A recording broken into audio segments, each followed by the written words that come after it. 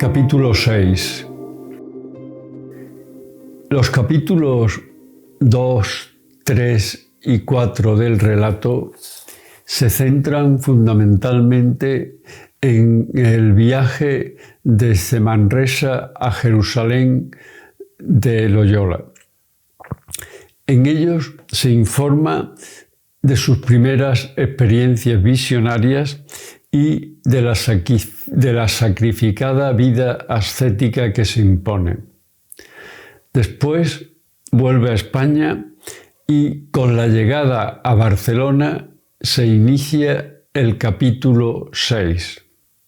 Como vemos, Cervantes mantiene en la medida de lo posible un rigor capítulo a capítulo en paralelo al desarrollo de los del relato. Pues bien, Loyola se instala en Barcelona con la intención de estudiar y ampliar su espiritualidad, de forma que muy pronto entra en contacto con un grupo de erasmistas pertenecientes a la alta burguesía catalana, en el que destacan personalidades como Juan Ferrer o Miguel Mir, el más prestigioso erasmista de la ciudad y desde 1528 embajador imperial en Roma. También forma parte del grupo Isabel Ferrer, que adoptó el apellido Roser de su marido y que ha pasado a la historia como la mayor benefactora de Loyola antes y después de la fundación de la compañía, según él mismo reconoce en carta desde París en 1532. «Os debo más que a cuantas personas en esta vida conozco», dijo Loyola. Partiendo de esos escuetos datos, puede deducirse, por un lado, el influjo y respeto oficial por la obra de Erasmo en Barcelona, y por otro, la proximidad de Loyola, al menos durante los más de 2 años que permanece allí, al grupo de reputados y acomodados erasmistas. Algo lógico teniendo en cuenta la fama que primero en Manresa y después tras el viaje a Jerusalén se había forjado como hombre espiritual, practicante del más puro cristianismo apostólico y adornado con visiones y visitaciones divinas de las que sus más allegados debieron tener noticias. Parece pues normal que la personalidad renovadora del peregrino encaje en una corriente espiritual sin ninguna sospecha de heterodoxia o herejía y caracterizada por la vuelta a los orígenes, al cristianismo evangélico. No obstante, su objetivo en Barcelona fue el estudio de la gramática, pero como después confirmará su secretario Polanco, en realidad solo lo hacía cuando se lo permitían las inclinaciones vehementes que tenía a las cosas espirituales. Porque en Barcelona ya se dedicaba apasionadamente al cuidado de las almas, a vivir con la mayor humildad posible y a reanudar las penitencias pasadas. Y así empezó a hacer un agujero en la suela de los zapatos, íbalos ensanchando poco a poco, de modo que cuando llegó el frío del invierno ya no traía sino la pieza de arriba. Acabados los estudios, sus propios maestros le recomiendan que ya podía oír artes y que se fuese a Alcalá. Sobre el mes de julio de 1526 partió solo para Alcalá, aunque ya tenía algunos compañeros que pronto se reúnen con él y empiezan a sobresalir del resto de los estudiantes, pues además de mal vestidos, se dedican a mendigar, a vivir de limosna y a relacionarse con reconocidos erasmistas, entre ellos 2 sacerdotes que más tarde acabarán ingresando en la compañía. Uno era Diego de Eguía, el cual estaba en casa de su hermano que hacía imprenta en Alcalá y también tenía el bien necesario, y así le ayudaban con limosnas para mantener pobres, y tenía los 3 compañeros del peregrino alojados en su casa. El otro sacerdote fue el portugués Manuel Miona. A este eligió el peregrino como confesor. Fue él el que le recomendó la lectura del Enquiridion de Erasmo. Se da además la circunstancia de que Miguel, el hermano de Diego Eguía, que colabora con ellos en obras de caridad y tiene acogidos en su casa al hermano y a 3 compañeros de Loyola, es impresor en Alcalá y reconocido divulgador de las obras de Erasmo en España.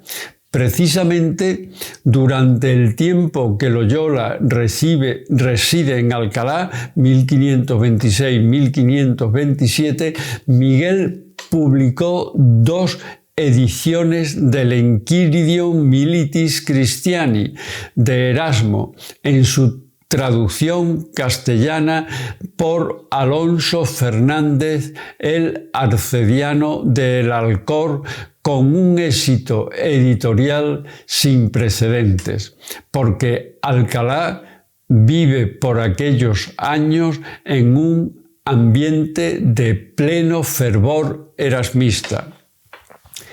Vives, en carta de junio de 1527 dirigida al propio Erasmo, explica muy bien las razones por las que este fervor comienza en aquel mismo año 1527 a transformarse en aversión. Dice Vives a Erasmo: pienso que este alboroto proviene de la traducción de tu Enquiridion. Los frailes, no pudiendo soportar esto, sino que por la lectura de un solo librejo iban a verse precipitados de lo alto de su dignidad, de sus riquezas, de su predominio y de tan grandes bienes, se lanzaron contra su autor. Son los primeros indicios de un acoso que alcanzará su apogeo a mediados de siglo. Por eso, cuando Loyola llega a Alcalá en 1526, todavía pudo dedicarse muy activamente a estudiar, predicar y dar ejercicios espirituales. Y estando en Alcalá se ejercitaba en dar ejercicios espirituales y en declarar la doctrina cristiana. Y con esto se hacía fruto a gloria de Dios. Y muchas personas hubo que vinieron en harta noticia y gusto de cosas espirituales.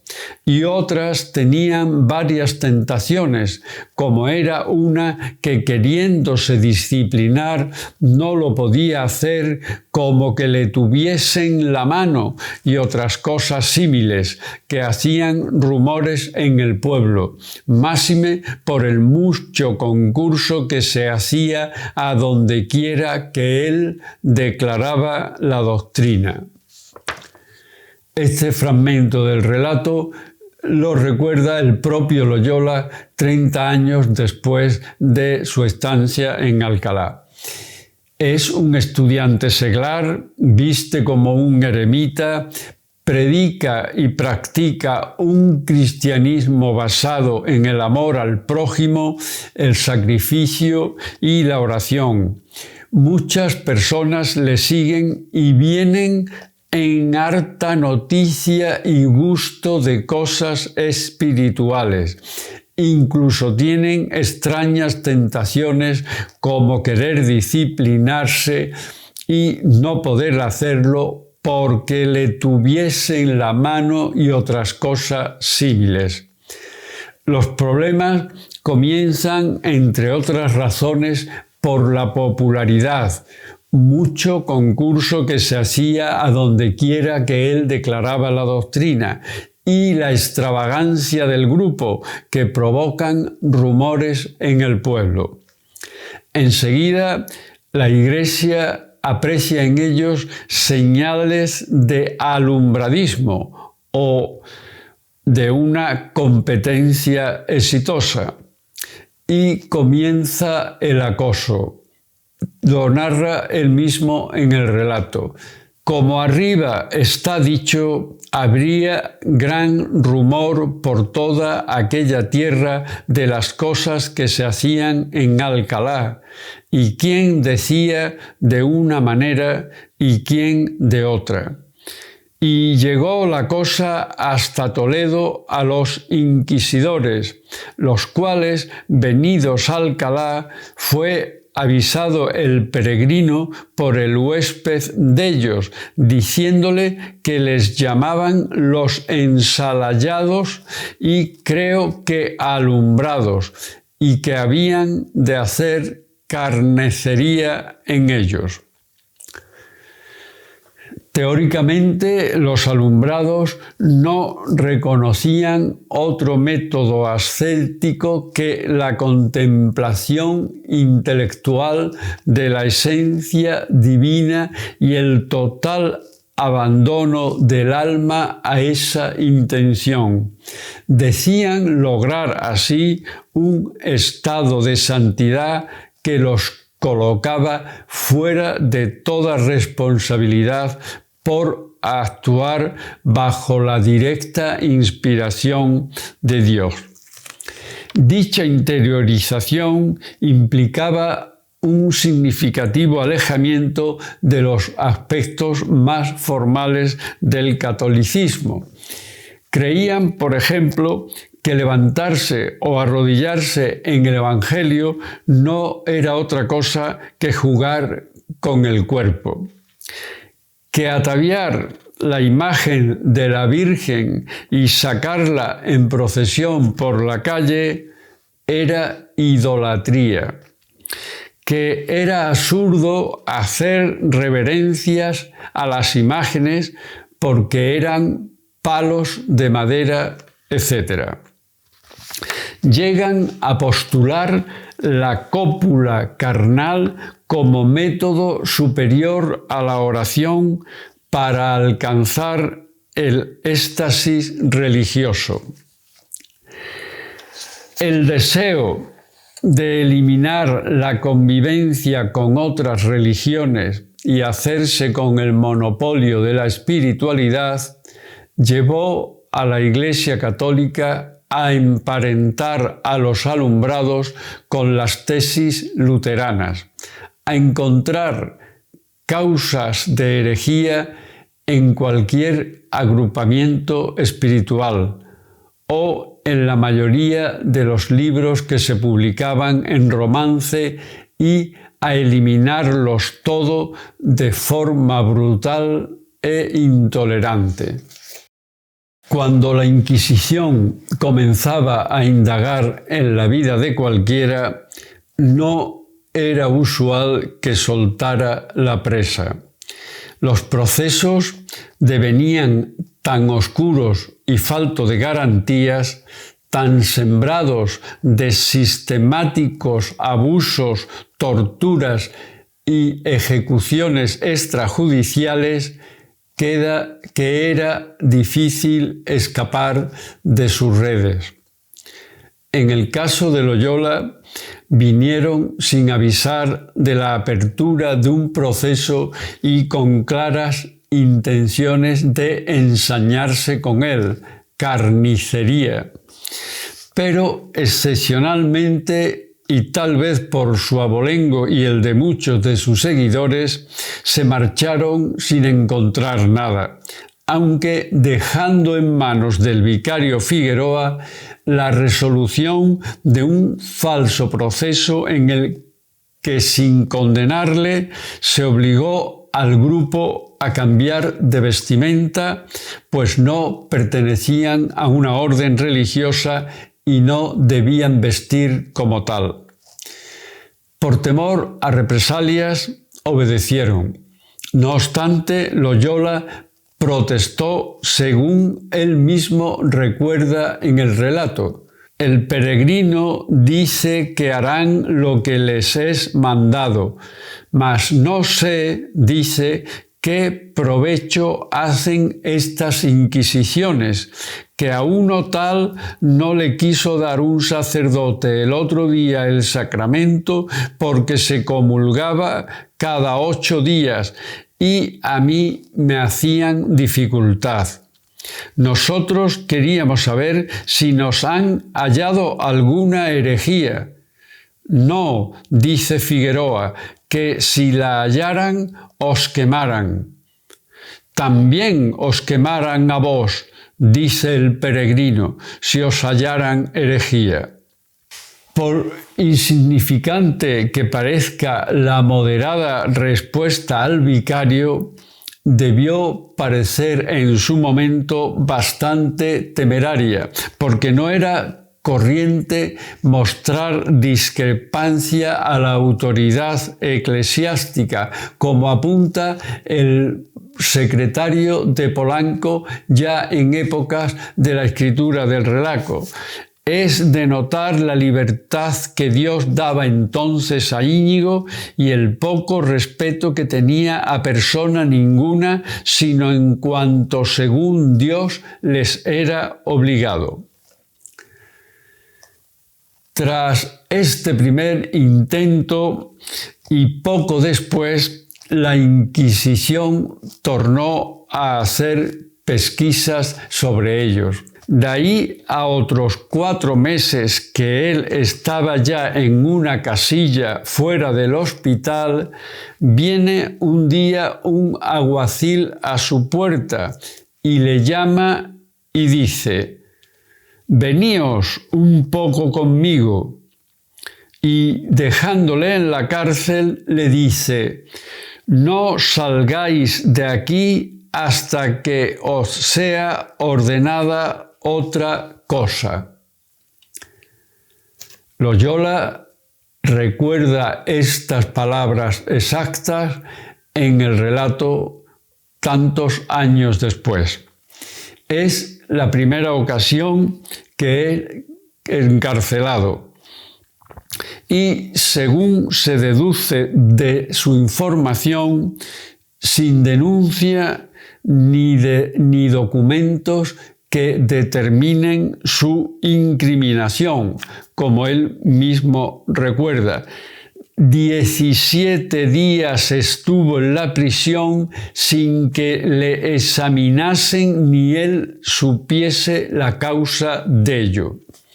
Una vez iniciado el proceso, se alarga mientras los inquisidores analizan los libros incautados, entre ellos los ejercicios. Y él vuelve a recordar, desde el día que entró en la cárcel el peregrino hasta que se pasaron 42 días. El largo tiempo transcurrido mientras los inquisidores examinan el libro está muy en consonancia con el trasfondo del proceso. Querían conocer el origen de las ideas de Loyola, encontrar en él pruebas de desviación herética. Por ese procedimiento pasaron a formar parte de los sucesivos índices los libros de Erasmo uno a uno, pero también los de reputados católicos como el arzobispo Carranza o el futuro jesuita San Francisco de Borja, por una frase. Bastaba eso, una frase o la errónea traducción de una línea para convertir un escrito ultracatólico en sospechoso. Loyola sufre prisión preventiva 42 días, mientras los jueces analizan el libro y pronuncian la sentencia. Fue el notario a la cárcel a leerle la sentencia, que fuese libre y que se vistiesen como los otros estudiantes y que no hablasen de cosas de la fe dentro de 4 años que hubiesen más estudiado, pues que no sabían letras. Aunque la sentencia no es condenatoria y se le escarcela, sí contiene una tajante prohibición de predicar. De ahí las dudas que Loyola muestra en el relato. Con esta sentencia estuvo un poco dudoso lo que haría, porque parece que le tapaban la puerta para aprovechar a las ánimas, no le dando causa ninguna, sino porque no había estudiado. Y, en fin, él se determinó de ir al arzobispo de Toledo, Fonseca, y poner las cosas en sus manos.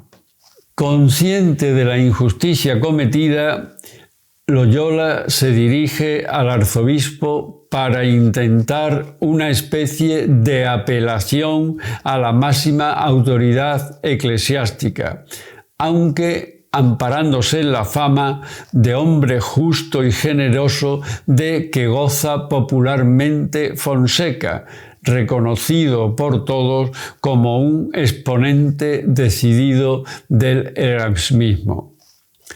Teniendo en cuenta que el Tribunal de Toledo no tenía jurisdicción sobre Salamanca, el arzobispo Fonseca le aconseja trasladarse allí, según cuenta Loyola al final del capítulo 6 del relato, pues el 7º se inicia prácticamente con una nueva e ilegítima detención. La precisa información del relato sobre la actuación inquisitorial, yo solo he hecho un breve resumen, resultó tan molesta a la jerarquía católica, siempre reacia a avenirse con ciertos aspectos de su tradicional pasado, que no solo prohibieron a la compañía su publicación, sino que negociaron con ellos el secuestro y la sustitución por otro libro en que desaparecieran los nombres, irregularidades jurídicas y demás detalles que Rivadeneyra se encargó de atemperar. La versión de la vida sobre los acontecimientos de Alcalá y Salamanca se rige por el deseo de congratularse con aquellos a quienes el relato denuncia. Y aunque en la vida no se ocultan los procesos seguidos a Loyola, queda patente, comparando ambas fuentes, el objetivo de descargar la narración de la fuerza reivindicativa del relato, transformar las ilícitas y abusivas tácticas de dominicos e inquisidores en legítimas y respetables rutinas de los celosos y abnegados guardianes de la fe. Rivadeneira realiza a lo largo del libro una doble tarea censoria. Por un lado, la dedicada a pulimentar los aspectos más indómitos del comprometido peregrino. Por otro, la de edulcorar los arbitrarios atropellos y el despotismo eclesiástico contra él. Tanto la información del relato como la de la vida debe considerarse a la luz de las heterogéneas circunstancias de cada momento y digamos que puede dividirse en tres momentos, lo que es desde la llegada de Loyola hasta la publicación del relato. En los casi 2 años vivido por Loyola en Alcalá y Salamanca, 1526-1528, aunque ya se perseguía a los alumbrados como heréticos, todavía se editaban oficialmente obras de Erasmo. Sin embargo, en 1555, cuando Loyola acaba de dictar el relato a González, la situación en España ideológicamente ha cambiado de forma radical y todavía mucho más en 1583, cuando se publica La Vida.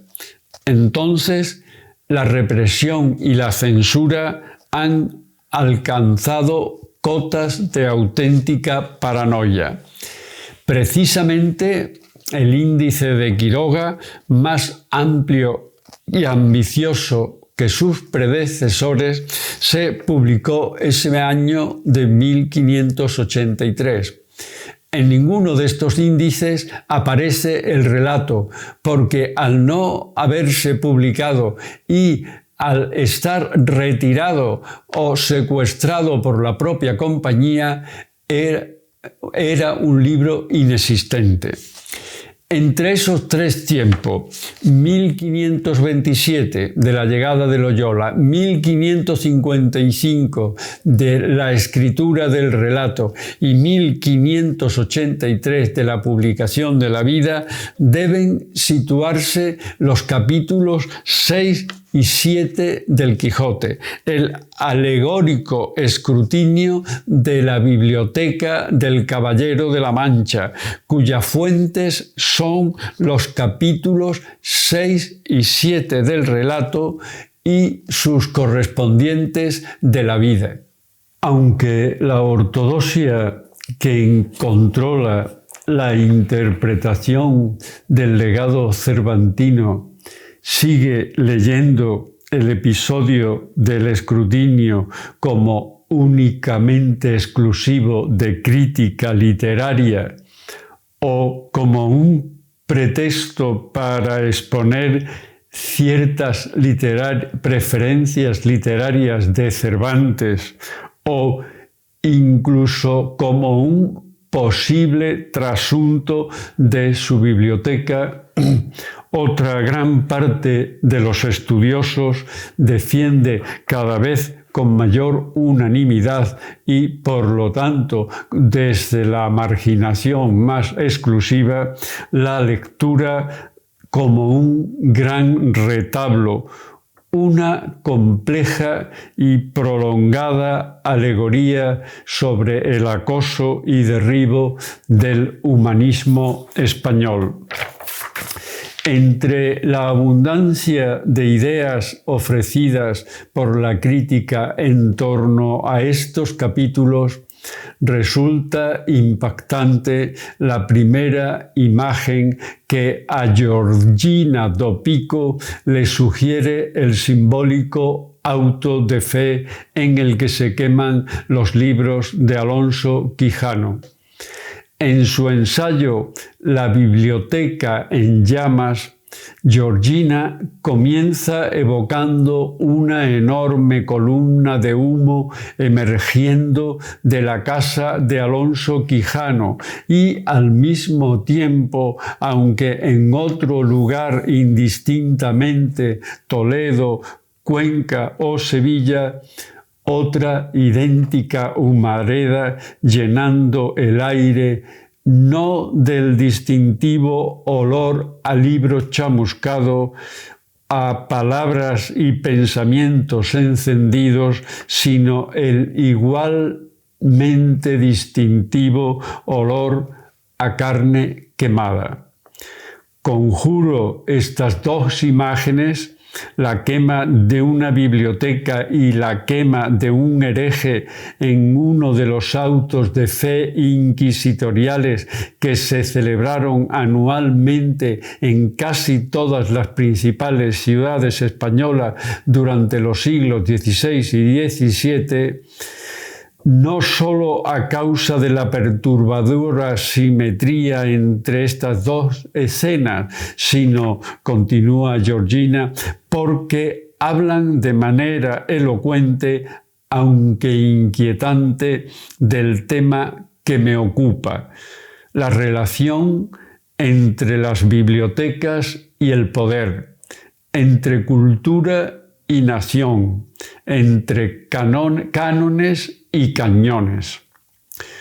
Por biblioteca entiendo, continúa Dopico, no solo el espacio físico que alberga manuscritos, libros y otros materiales impresos, sino, y más importante aún, las tensiones que animan ese espacio. La lucha contra las ideas y contra los libros, que son su vehículo, es propia de todos los tiempos.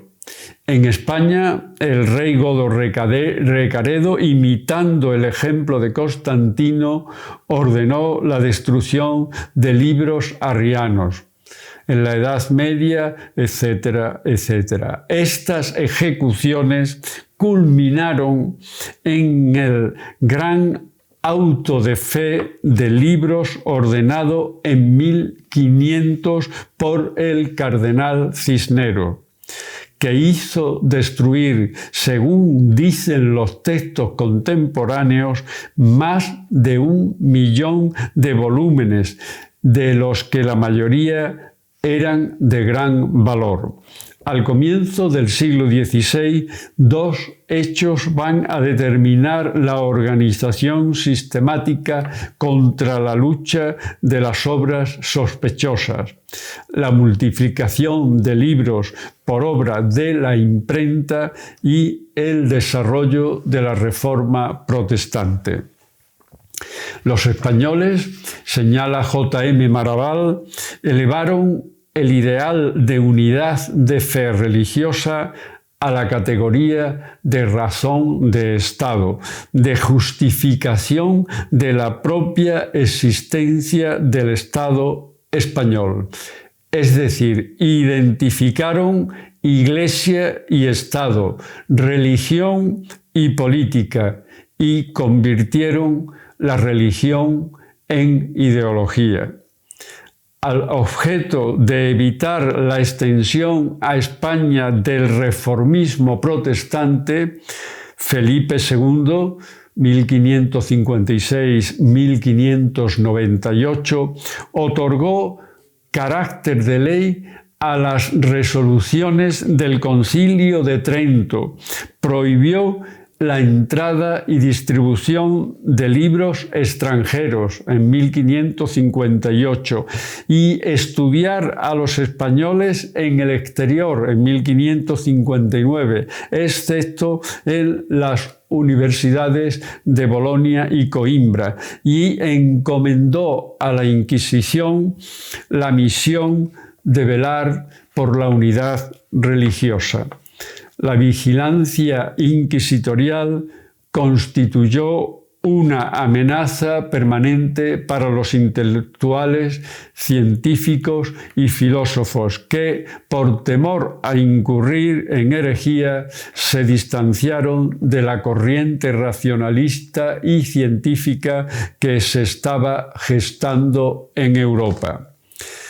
Sirvan tan someros datos bibliográficos en torno a los problemas y tensiones existentes en la España de los siglos XVI al XIX y gran parte del XX como cauce de aproximación o como fondo al análisis del contenido simbólico del escrutinio de la biblioteca de Alonso Quijano.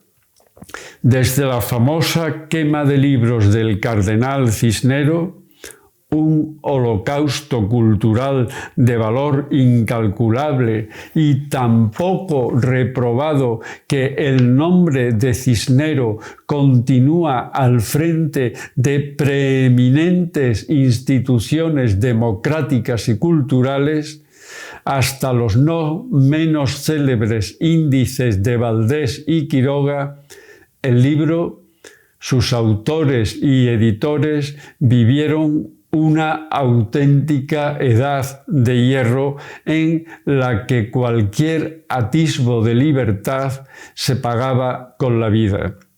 La idea de Cervantes de escribir en clave no fue un capricho, un divertimento.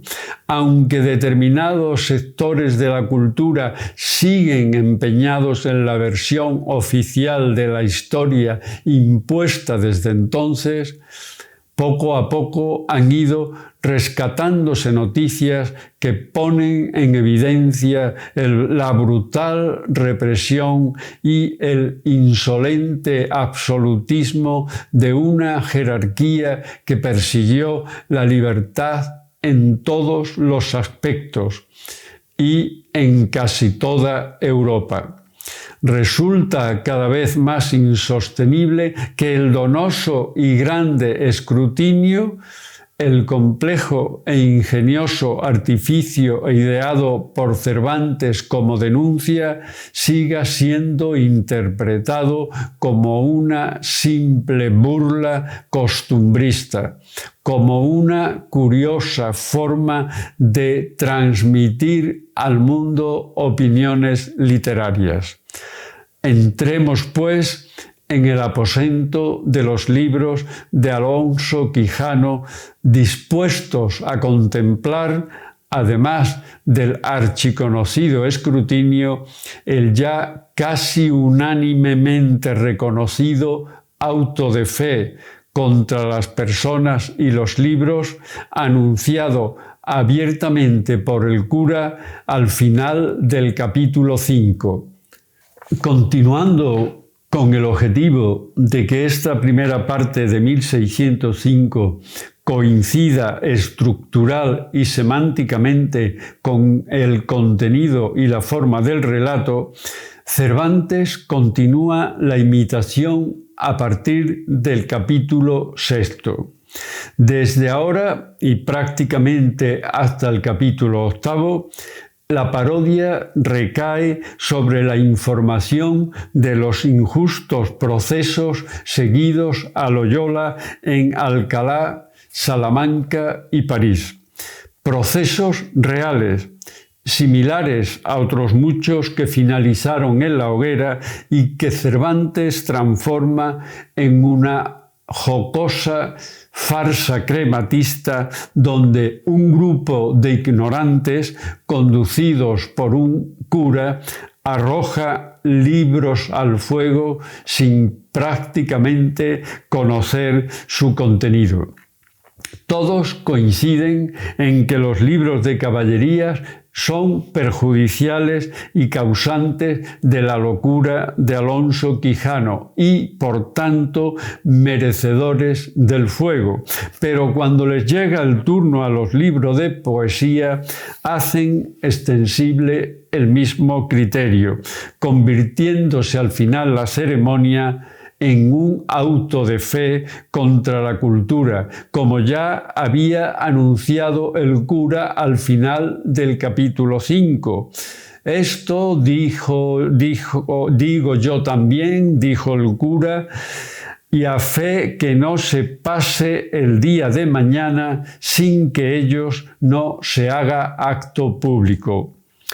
Los libros de caballerías, hasta aquí sustitutos paródicos de los libros religiosos, comparecen ahora como símbolo del trato recibido por los libros prohibidos y sus autores, en ocasiones también quemados como ellos.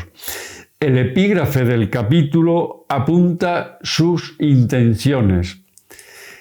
Dice el epígrafe del capítulo 6, del donoso y grande escrutinio que el cura y el barbero hicieron en la librería de nuestro ingenioso hidalgo.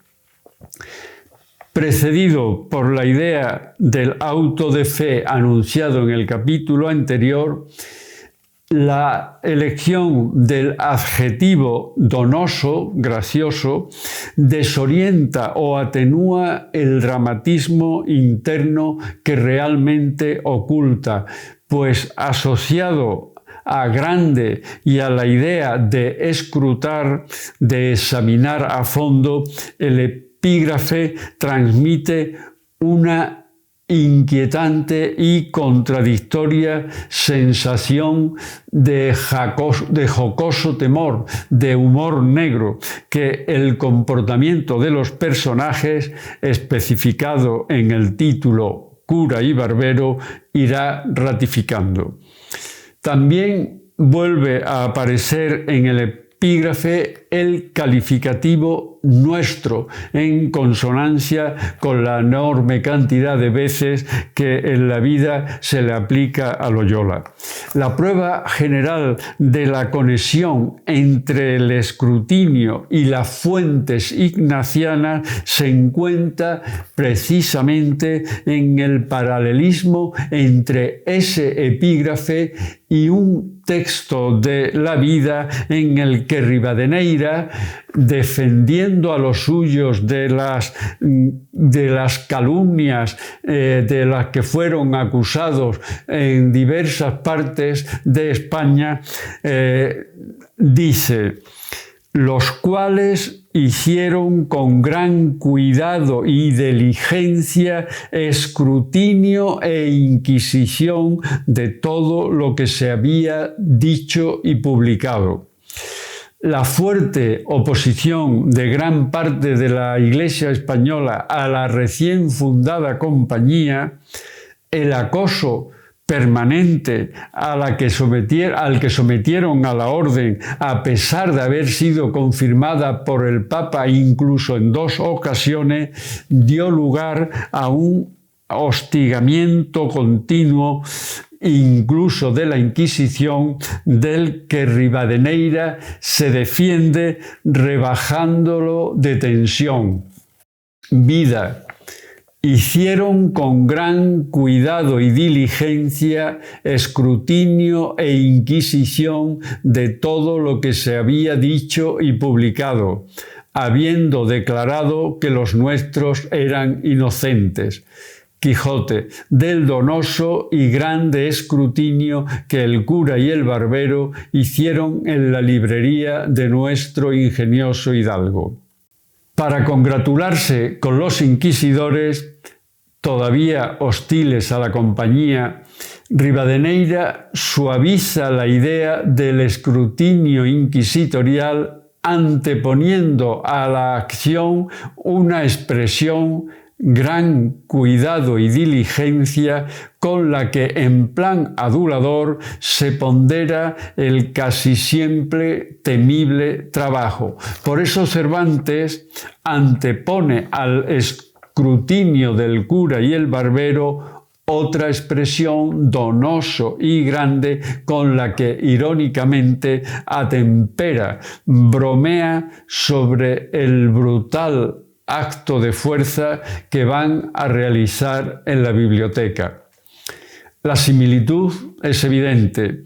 Además de las expresiones que templan la dureza de las respectivas acciones inquisitoriales, también se repite el verbo hacer en idéntico tiempo y persona, el concepto semántico libro, publicado librería, el inusual vocablo escrutinio precedido de grande y el posesivo afectivo nuestro. El capítulo comienza así: el cual todavía dormía. Pidió las llaves a la sobrina del aposento donde estaban los libros autores del daño, y ella se las dio de muy buena gana. Entraron dentro todos, y la ama con ellos, y hallaron más de 100 cuerpos de libros grandes, muy bien encuadernados, y otros pequeños.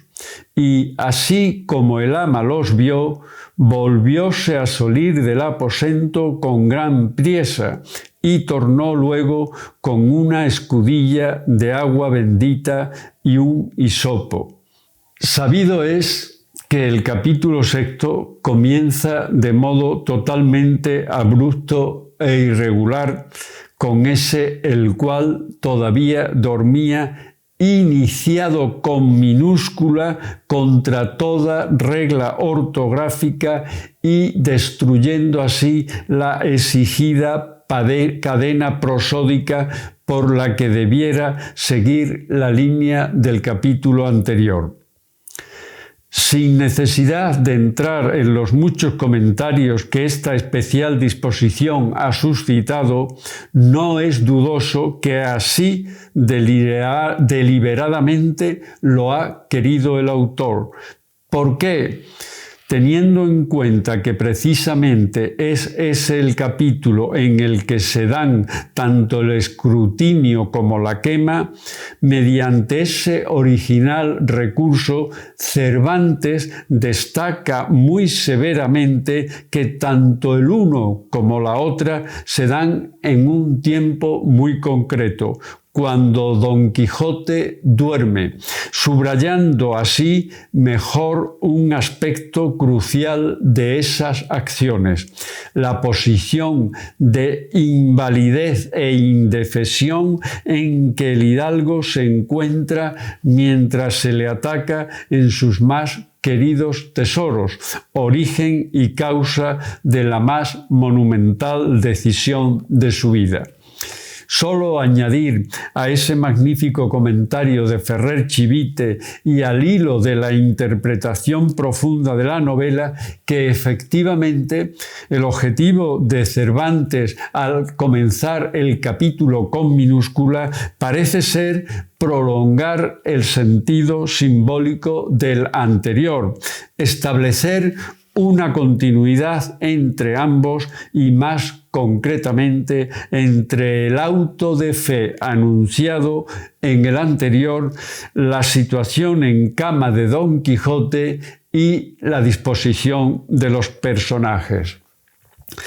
Tan innovadora libertad que en Gargantúa o en Tristan Shandy se considera un atrevimiento sintáctico o de puntuación, en el Quijote, según la ortodoxia oficial, continúa siendo una errata. Con la irregularidad ortográfica, Cervantes, como apunta Ferrer, nos invita a reflexionar sobre la posición de invalidez e indefensión en que el hidalgo se encuentra mientras se le ataca en sus más queridos tesoros, o lo que es lo mismo, la injusta situación procesal de Loyola y del humanismo español mientras permanece encerrado y anulado sin posibilidades de defensa por las fuerzas represoras. Recordemos que Loyola fue encarcelado y estuvo 42 días preso mientras examinaban los ejercicios espirituales. Por eso, junto a la continuidad del sueño prisión de Don Quijote, la acción inmediata, notificada por el narrador, es la toma simbólica del aposento, la entrega de llaves y, acto seguido, el saqueo y destrucción. Pidió las llaves a la sobrina del aposento donde estaban los libros autores del daño, y ella se las dio de muy buena gana. En consonancia con la prisión de Loyola, Cervantes sitúa estos hechos en interiores. Los actores han dejado de ser o de actuar como han hecho en sus primeros papeles, y aunque disfrazados de familiares y amigos, ahora actúan en representación de los distintos estamentos opresores. Y de la misma manera que los dominicos acusan y entregan a Loyola a los inquisidores, la sobrina suministra al cura la llave de la biblioteca de muy buena gana, gesto colaboracionista relacionado, como se comentó, con el complejo de culpa por no haber delatado a su tío en el capítulo anterior. La traidora actitud de la sobrina conecta con otra de Rivadeneira no menos desleal, según se deduce del texto que vamos a conocer primero del relato. Confesábase en Salamanca con un fraile de Santo Domingo en San Esteban, y habiendo 10 o 12 días que era allegado, le dijo un día el confesor: «Los padres de la casa os querían hablar». Y él dijo: «En nombre de Dios». Pues, dijo el confesor, «será bueno que os vengáis acá a comer el domingo. Mas de una cosa os aviso, que ellos querrán saber de vos muchas cosas». La única y ambivalente frase pronunciada por Loyola, «en nombre de Dios», un tópico entre religiosos, comunica aquí extrañeza, sorpresa ante el deseo de unos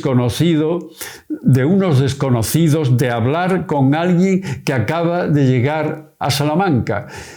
Recordemos que, según en el texto anterior, Loyola lleva 10 o 12 días en Salamanca y que este confesor es el único con el que ha confesado desde que llegó procedente de Alcalá, donde los dominicos son los mismos que ahora le están pidiendo que acuda a consultar con ellos, a comer con ellos. Un tópico. Acto seguido, el confesor, con cierto tono amenazante, le avisa del excesivo interés de los monjes. No olvidemos que se trata de la misma orden. Conozcamos la versión de Rivadeneira. Después que llegó a Salamanca, comenzó a ocuparse, como solía, en despertar los corazones de la gente al amor y temor de Dios. Íbase a confesar a menudo con un padre religioso de Santo Domingo de aquel insigne monasterio de San Esteban, y a pocos días díjole una vez su confesor que le hacía saber que los frailes de aquella casa tenían gran deseo de oírle y hablarle, al cual nuestro Ignacio respondió que iría de buena gana cada y cuando que se lo mandase. Pues venid, dijo el confesor, el domingo a comer con nosotros, mas venid apercibido porque mis frailes querrán informarse de muchas cosas de vos y os harán hartas preguntas. El planteamiento es totalmente distinto. Rivadeneira comienza nombrando y elogiando a los dominicos, contraponiendo al circunspecto silencio del relato una franca y cordial admiración a aquel insigne monasterio y un deseo recíproco y sincero de oírle y hablarle, inexistente en el relato, de donde lo último que puede deducirse es que Loyola, sospechando la encerrona, fuese de buena gana, de forma que Rivadeneira presenta como acto voluntario lo que realmente fue una coacción para, en plan donoso, congratularse con los dominicos, de dibujar la ignominiosa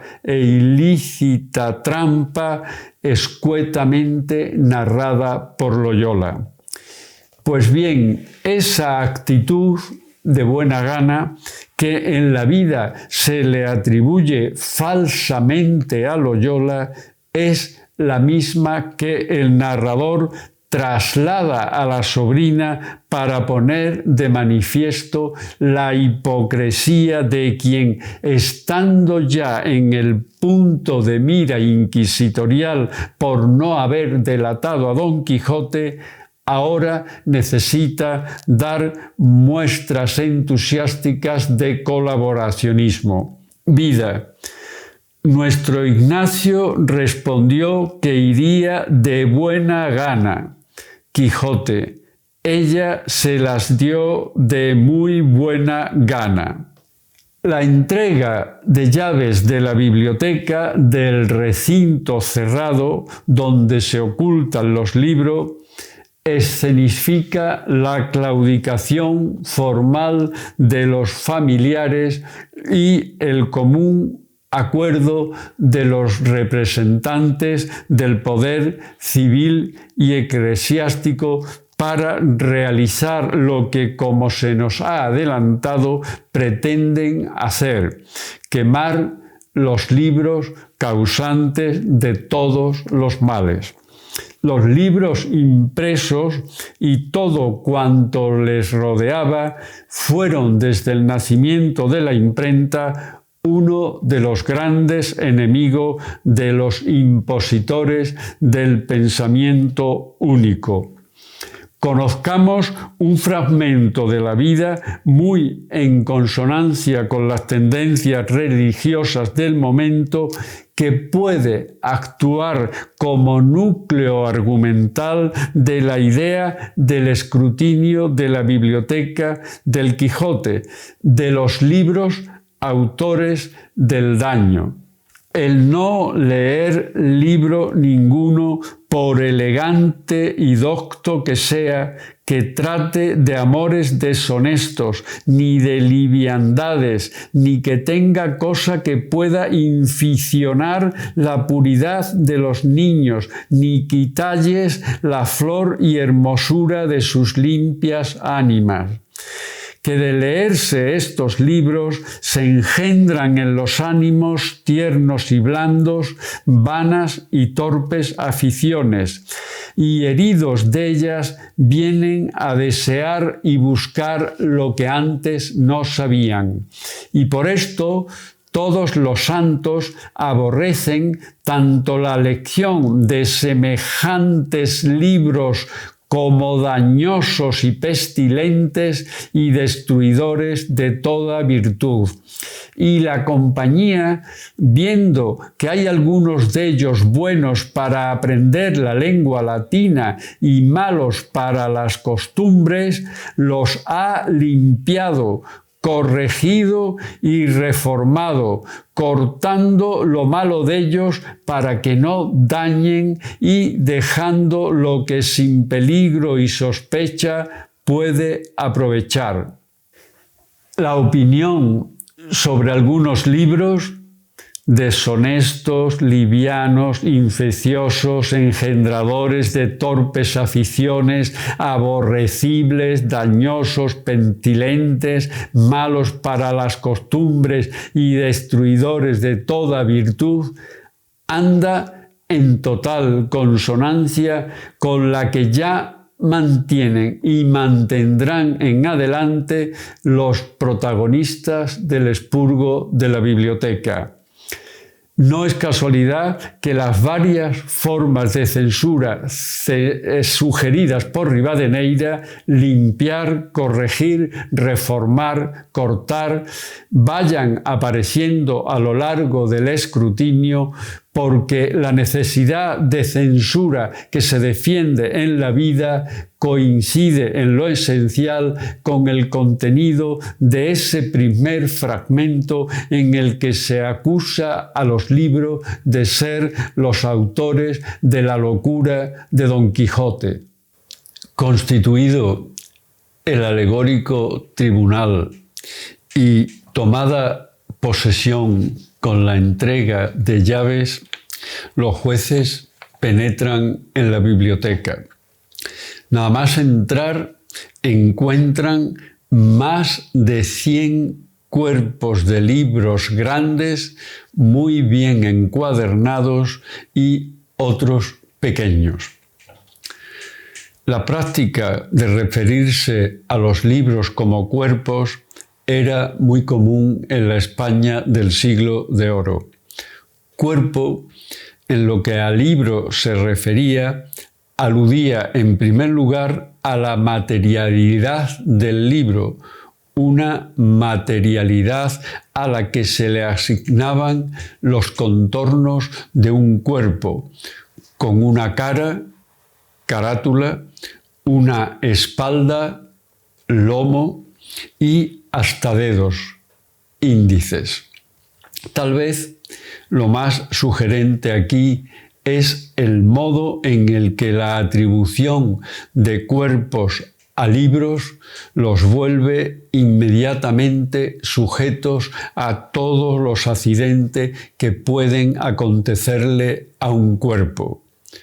Pueden ser desterrados, enviados a la hoguera o incluso entregados al brazo seglar. Es de notar cómo todos estos accidentes implican la participación del cuerpo estatal o del Santo Oficio como agentes disciplinarios.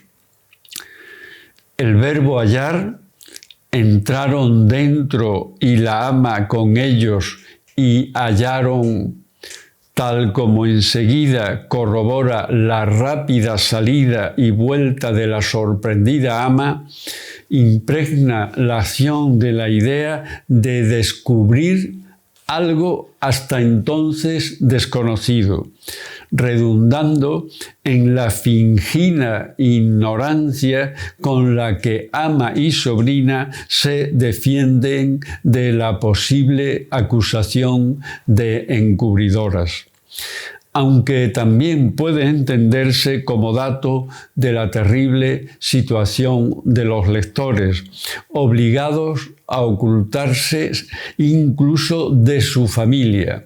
El índice de 1558 precisaba que todo el que compre, venda o retenga un libro prohibido incurre en pena de muerte. Es por eso por la necesidad de exorcizar al espíritu maligno, por lo que el ama, ante el descubrimiento de los libros, corre a buscar agua bendita y un hisopo. Y así como el ama los vio, volvióse a salir del aposento con gran priesa y tornó luego con una escudilla de agua bendita y un hisopo, y dijo: «Tome vuestra merced, señor licenciado, rocíe este aposento, no esté aquí algún encantador de los muchos que tienen estos libros y nos encante en pena de las que les queremos dar echándoles del mundo». La sorpresa del ama y la resolución de conjura con agua bendita insiste en la idea del desconocimiento e instruye sobre la supersticiosa creencia contra el saber y los libros. Además de que el exorcismo con agua e hisopo debía ser uno de los primeros gestos realizados por el clero ante la comparecencia de los inculpados al inicio de los autos, justo en el momento, primera visión de los reos, en el que nos encontramos. Causó risa al licenciado la simplicidad del ama y mandó al barbero que le fuese dando de aquellos libros uno a uno para ver de qué trataban, pues podía ser hallar algunos que no mereciesen castigo de fuego. Ignoramos si el cura cumple los deseos purificadores del ama. Se supone que lo hace antes de pedir al barbero que vaya pasándole los libros uno a uno, pues podía ser que hallar alguno de aquellos que no mereciesen castigo del fuego. Bajo la dirección del cura y la asistencia jerárquica del bachiller, la sobrina y el ama, comienza el escrutinio de los libros o el auto de fe contra las personas, como sugiere la utilización del vocablo castigo, pues no se castiga a las cosas, sino a los seres animados. El sentido último de estos procesos es ejemplarizante: castigar para que el dolor de los otros sirva de escarmiento y predisponga a colaborar con el entusiasmo con que van mostrando ama y sobrina. Muy raramente los inquisidores iban en busca de los libros para censurarlos. Contaban con largas listas que los guiaban y eran los lectores, movidos por el celo religioso, quienes llamaban su atención sobre otros títulos. Para su censura se apoyaban en los calificadores o expertos, que usualmente eran teólogos pertenecientes a orden religiosa. En el periodo más temprano tendían a ser en su mayoría dominicos, y hacia el siglo XVII muchos eran franciscanos e incluso bastantes jesuitas. El sistema, si es que se le puede denominar así, era, como ocurre con todos los sistemas de censura, caprichoso. Se tomaban decisiones completamente arbitrarias y los censores se contradecían unos a otros a menudo. Así ocurre en la novela. El buen propósito del cura de revisar uno a uno todos los libros para ver de qué trataban, una pretensión lógica teniendo en cuenta que hasta ahora desconocen su contenido y pudiera ser que algunos no mereciesen castigo, encuentra la oposición de la sobrina. No, dijo la sobrina, no hay para qué perdonar a ninguno, porque todos han sido los dañadores. Mejor será arrojallos por las ventanas al patio y hacer un rimero de ellos y pegarles fuego, y si no, llevarlos al corral y allí se hará la hoguera y no ofenderá el humo. En la exaltada intervención, culpando a todos los libros de dañadores y por tanto de merecedores del fuego, se omite el sujeto libros, de forma que el párrafo puede también leerse como un alegato contra las personas. No hay para qué perdonar a ninguno. Matiz reforzado por el fundamentalista idea de repudiar incluso el humo. No ofenderá el humo.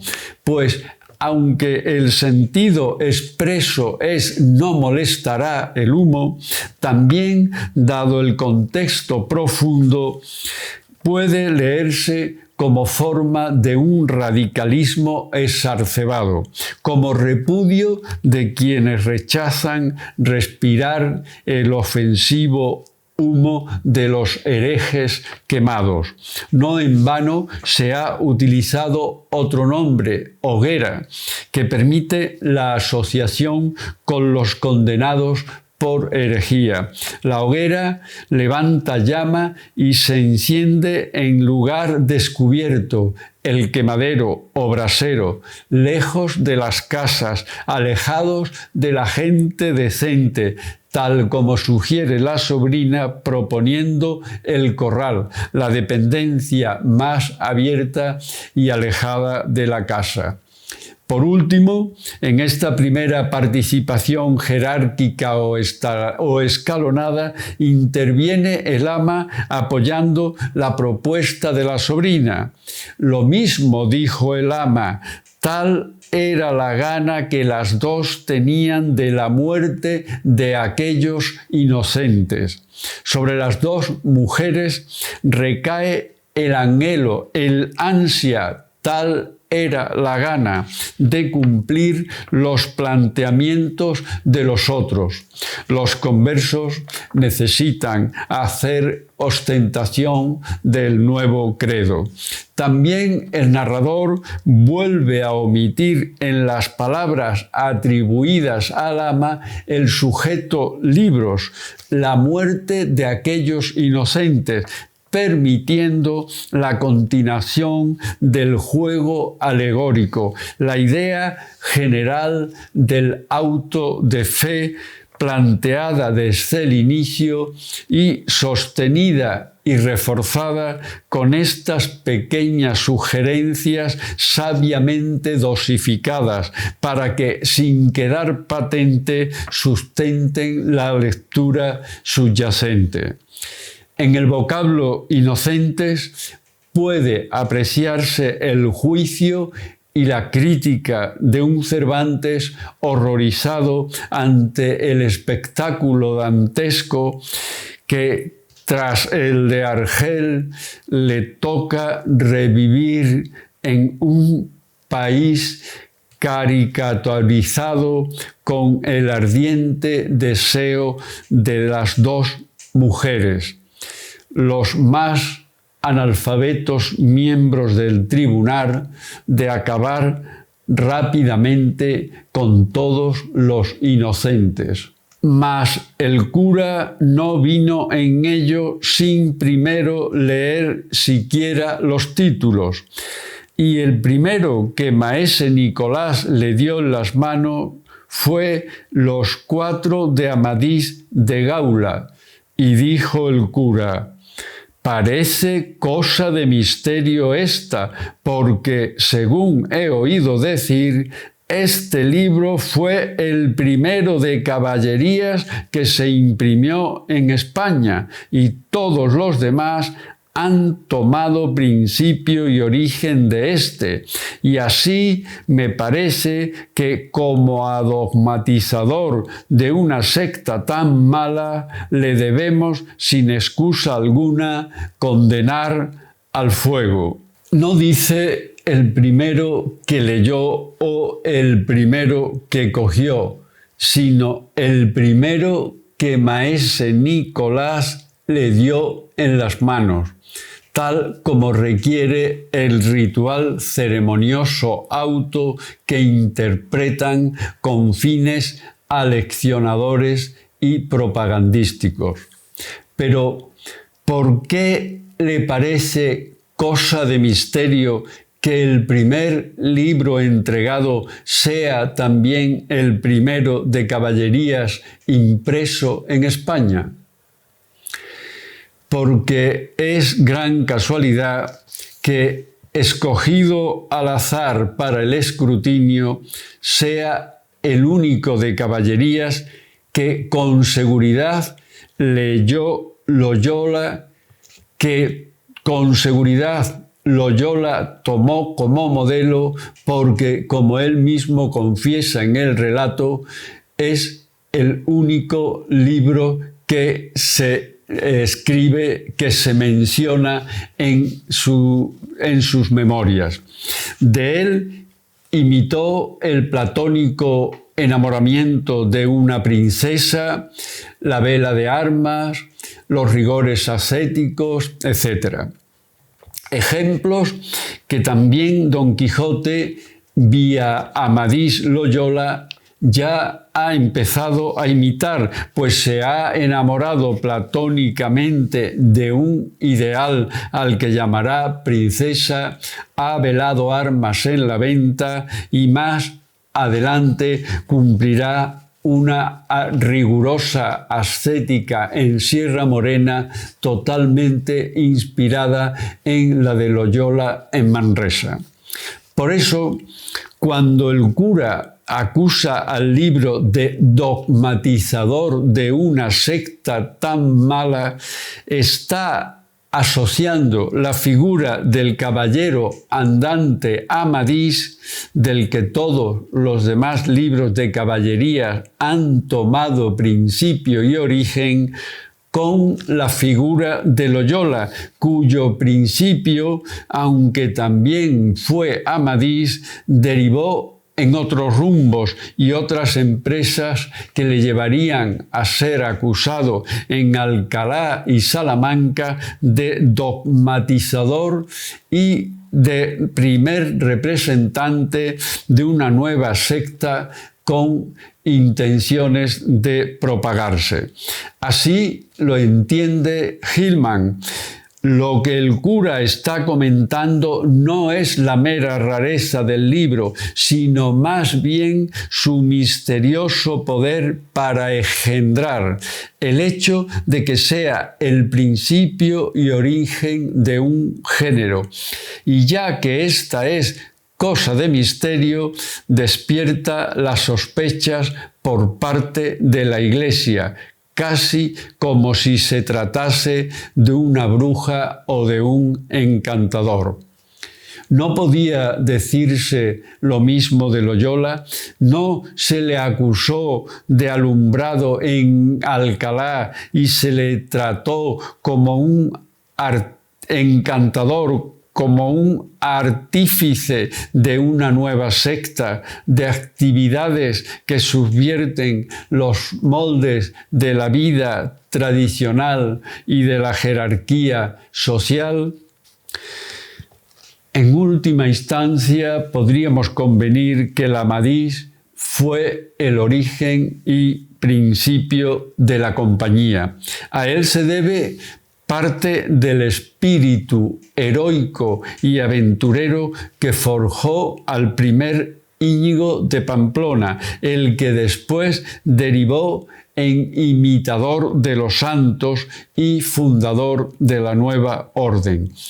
Tal vez por todo esto, la primera resolución del cura el destino del primer libro sea el fuego. Debemos, sin excusa alguna, condenar al fuego. Una sentencia en la que se utiliza un verbo, condenar, que sigue dando pábulo a la idea del auto de fe milimétricamente dosificado desde el final del capítulo 5. Solo la intervención del barbero, que parece no haber leído, he oído decir, salvará al Amadís, pero no por una defensa razonable, sino amparándose en supuestos criterios de excelencia, en opiniones ajenas. No, señor, dijo el barbero, que también he oído decir que es el mejor de todos los libros que de este género se han compuesto, y así como a único en su arte se debe perdonar. Una defensa tan endeble e injustificada convence inmediatamente al cura, pues acto seguido concede la petición de clemencia. Así es verdad, dijo el cura, y por esa razón se le otorga la vida por ahora.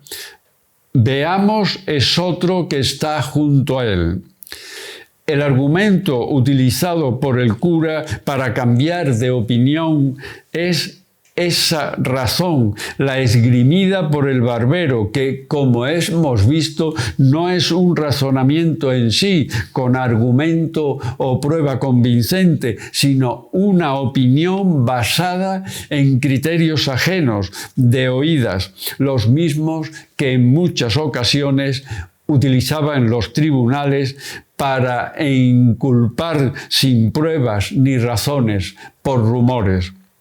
Como del Amadís no volverá a hablarse, debe suponerse que se salvó de la quema. Se le otorga la vida por ahora, aunque lo importante es el procedimiento, la forma procesal que sobre la marcha se inventa el supuesto presidente del tribunal, pues significa mantener desde ahora la causa abierta sine die contra el libro concreto.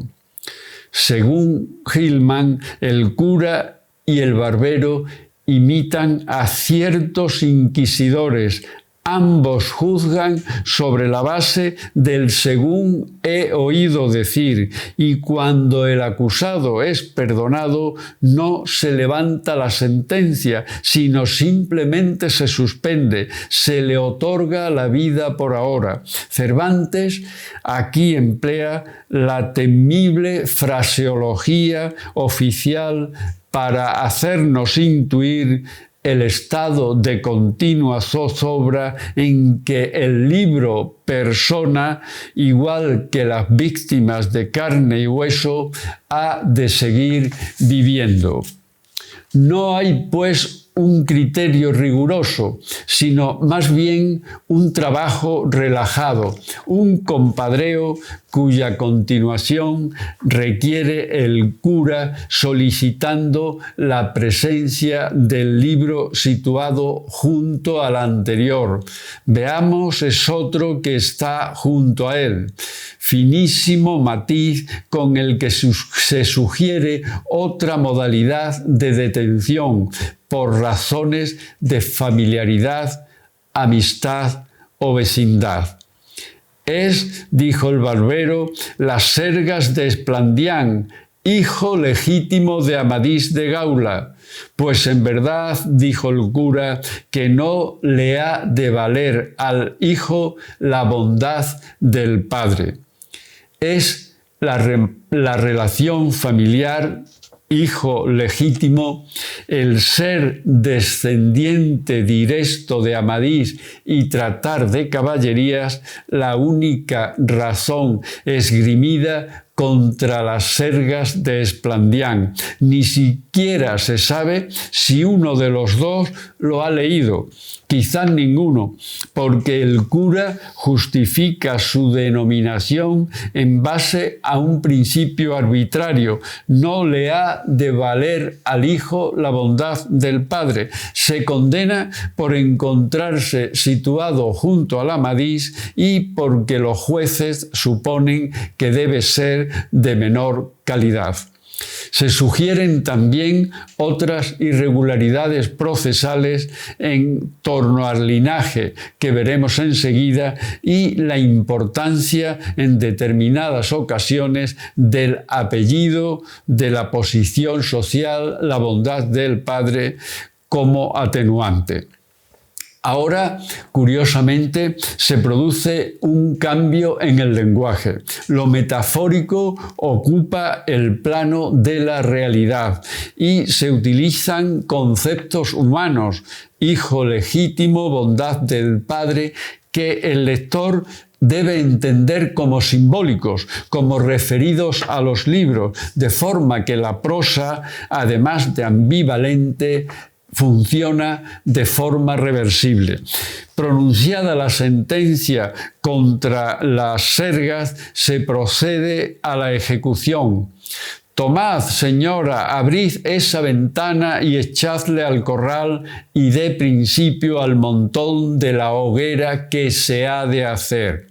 Aparece aquí otro de los pocos referentes formales que sugieren la relación entre el escrutinio y el proceso abierto a Loyola en Alcalá, donde poco después de llegar y formar grupo se encuentran en el punto de mira de la Inquisición. Relato.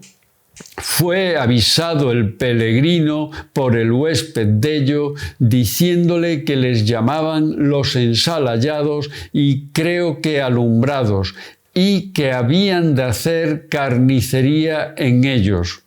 Quijote. Dé principio al montón de la hoguera que se ha de hacer. En el relato y en la novela se utiliza una expresión casi idéntica para anunciar el inicio de dos intervenciones contra un grupo de gente-libros considerados peligrosos. Este que viene, dijo el barbero, es Amadís de Grecia, y aun todos los de este lado, a lo que creo, son del mismo linaje de Amadís.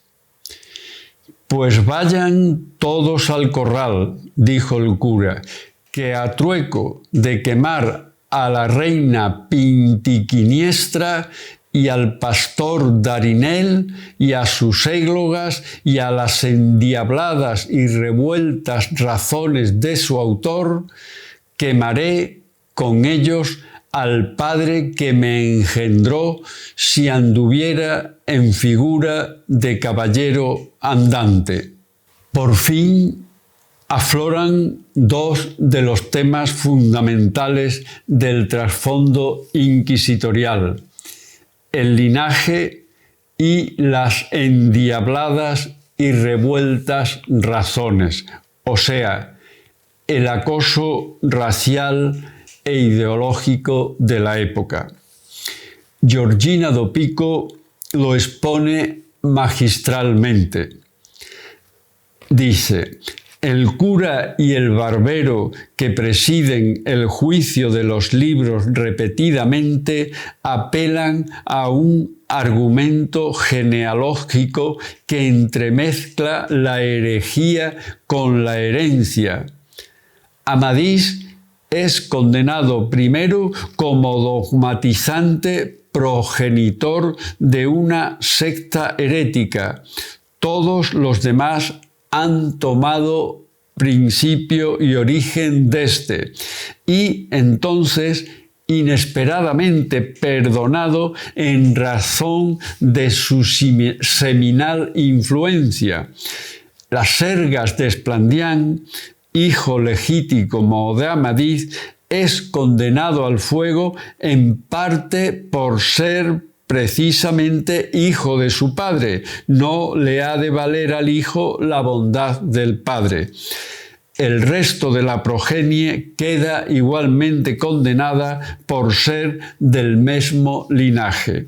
El modelo genealógico de la culpa se aplica de manera parecida a los otros libros que completan la biblioteca del hidalgo y muy explícitamente a las traducciones sentenciadas a las llamas a causa de su secundariedad. La duda e imprecisión del barbero, creo, la generalidad, todos los de este lado a lo que creo son del mismo linaje, así como la respuesta del cura, suenan contundentes y reveladoras. Sin apenas haber examinado la biblioteca, la imaginan perfectamente organizada por temas y subtemas y sin más investigación, basándose en la dudosa e imprecisa suposición del barbero, condenan a todos los de un mismo lado por considerarlos del mismo linaje. Escalofriante alegoría sobre exterminios en guetos, etc. Tanto el barbero como el cura apoyan con el indefinido todos asociado a linaje la idea de genocidio, reforzada además por la categórica conclusión del cura dispuesto a quemar hasta al padre que me engendró si anduviera en figura de caballero andante, enrevesada frase que toma un inesperado sentido al entrar en relación con otra de hechura semejante en los inicios de la vida. Pero, ¿qué diré de otra razón que, aunque la pongo a la postre, para mí no es la postrera? Esta es un piadoso y debido agradecimiento y una sabrosa memoria y dulce recordación de aquel bienaventurado varón y Padre mío que me engendró en Cristo, que me crió y sustentó, por cuyas piadosas lágrimas y abrasadas oraciones confieso yo ser ese poco que soy. Rivadeneira reconoce a Loyola como su padre espiritual. Él le engendró en Cristo. A sus lágrimas y oraciones se lo debe todo. Pero ¿y si lo encontrara en figura de caballero andante? ¿No fue Íñigo imitador de Amadises? O ampliando la idea, ¿y si el converso y ahora ortodoxo Rivadeneira, Pedro Ortiz de Cisneros, encontrara al padre que lo engendró en figura de erasmista, de luterano o de judío? ¿Haría igual que el cura Pero Pérez? ¿No es la vida una quema simbólica del espíritu del relato, del erasmismo de la primitiva compañía? El paralelismo entre ambas frases es incuestionable. Vida. Bienaventurado varón y Padre mío que me engendró en Cristo. Quijote, quemaré con ellos al Padre que me engendró si anduviera en figura de caballero andante. La frase de Pero Pérez, similar a la de su tocayo Pedro Ortiz, dos eclesiásticos, uno real y otro imaginado, los hermana como almas gemelas. La condena del cura a todo el sospechoso flanco de la biblioteca sin llegar a examinarlos recibe la conformidad jerárquica del resto de los personajes. «De ese parecer soy yo», dijo el barbero. «Y aun yo», añadió la sobrina. «Pues así es», dijo el ama. «Vengan y al corral con ellos». Por unanimidad, los cuatro acuerdan la condena con una monotonía igual a la que resulta de la emisión de votos en un juicio, e insistiendo en la idea del exterminio, el narrador concluye la información sobre el lado de la biblioteca diciendo: «Diéronselos, que eran muchos, y ella ahorró la escalera y dio con ellos por la ventana abajo». Se refuerza la alegoría del apático tribunal condenando sin juzgar a una gran cantidad de libros, personas, eran muchos, con otras formas de aniquilación más cómodas para acabar con ellos. A continuación, el cura condena a una serie de libros por insignificantes detalles de estilo o por la personalidad del autor, siguiendo exclusivamente su criterio y moral. «Ahí está el señor Florismarte», replicó el cura, «pues a fe que ha de parar presto en el corral, a pesar de su extraño nacimiento y soñadas aventuras, que no da lugar a otra cosa la dureza y sequedad de su estilo. Al corral con él, y con esotro, señora ama». Una vez más, el libro aparece personificado al denominarle señor Florismarte y es condenado por una causa tan arbitraria como la dureza y sequedad de su estilo. Y para colmo se condena a otro sin ser reconocido, al corral con él y con esotro, es decir, con el que está junto a él. «Que me place, señor mío», respondió ella, y con mucha alegría ejecutaba lo que le era mandado. De forma coloquial y desenfadada quedan reflejados los dos matices claves del trasfondo: la sumisión, señor mío, y la disponibilidad para cumplir o ejecutar con buen ánimo cuanto se lo ordena. «Este es el caballero Platir», dijo el barbero. «Antiguo libro es ese», dijo el cura, «y no hallo en él cosa que merezca venia. Acompañe a los demás sin réplica». Y así fue hecho. La antigüedad es en este caso la causa de la condena, porque el cura no se molesta en dar explicaciones y exige que no se le lleve la contraria. Además, vuelve a utilizar otro vocablo, venia, que incide en la identificación procesal del auto, tal como matiza la expresión sin réplica, sin posibilidad de impugnación. Abrióse otro libro y vieron que tenía por título El Caballero de la Cruz. Por nombre tan santo como este libro tiene, se podía perdonar su ignorancia, mas también se suele decir: tras la cruz está el diablo, vaya al fuego.